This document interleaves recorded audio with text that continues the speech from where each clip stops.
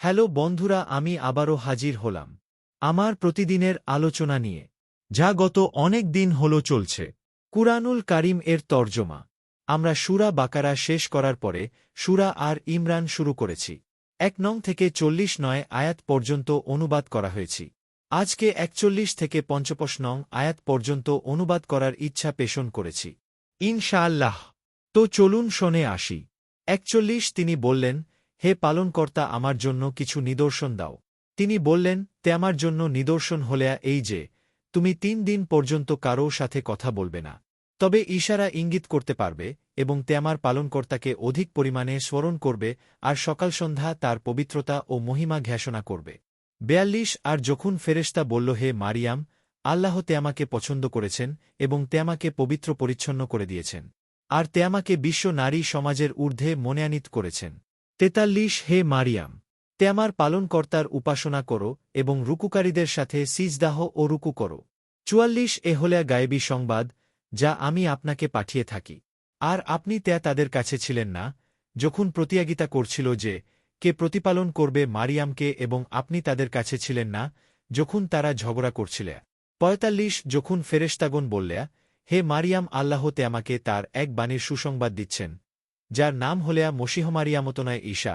দুনিয়া ও আখেরাতে তিনি মহাসম্মানের অধিকারী এবং আল্লাহর ঘনিষ্ঠদের অন্তর্ভুক্ত।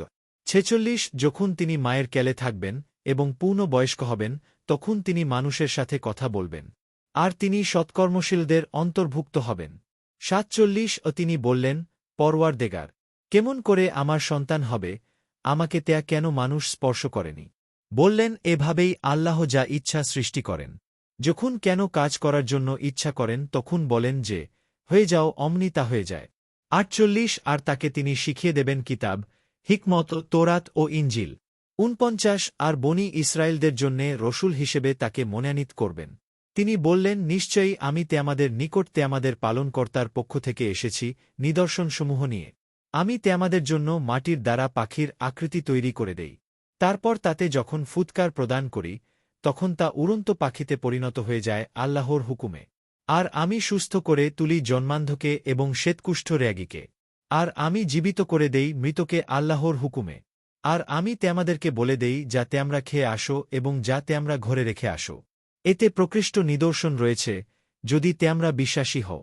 ৫০ আর এটি পূর্ববর্তী কিতাব সমূহকে সত্যায়ন করে, যেমন তোরাত। আর তা এজন্য যাতে আমাদের জন্য হালাল করে দেই কেন বস্তু যা আমাদের জন্য হারাম ছিল।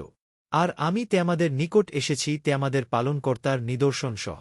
কাজেই আল্লাহকে ভয় করো এবং আমার অনুসরণ করো।